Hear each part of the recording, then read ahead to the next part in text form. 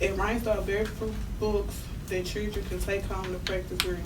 So my daughter doesn't.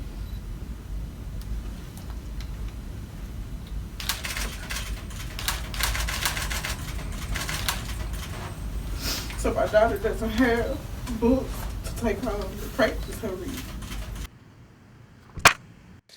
Slapped with a suit, the state of Mississippi considers herself served with a 40-page lawsuit alleging the state has violated a nearly 150-year-old legally binding obligation to, quote, operate a uniform system of free public schools.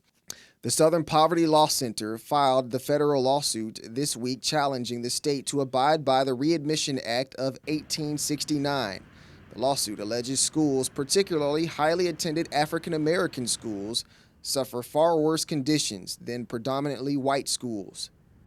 Today, Mississippi's education clause is one of the weakest in the nation, as it shows by virtually every measurable category. Mississippi's education system is in the lowest in the nation. The time to right that wrong is today, to ensure all Mississippi's children have the right to a quality education in Mississippi. The plaintiffs include two mothers of JPS public schools. Indigo Williams says her child attends Raines Elementary in Jackson. She says inside there's paint-chipped walls, rotten food sold in the cafeteria, and at times even infested with snakes. The school tends to flood.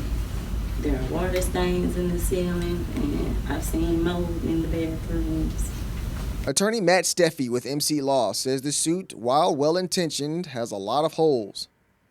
I mean, what the plaintiffs are arguing is that this agreement, this relatively obscure agreement that has received no particular attention for almost 150 years, contains a stronger measurement of equality than the 14th Amendment that it was designed to enforce. And it does so by freezing in place constitutional language that existed at the time in the state constitution. And the problem with that argument, potentially, is that the agreement itself clearly seems to contemplate that Mississippi might amend the state constitution. We reached out to Attorney General Jim Hood for comment on this story. Office officials say they are reviewing the suit and will respond in court. We'll continue to follow this story for you. In Jackson, I'm Eric Walker, JSU-TV.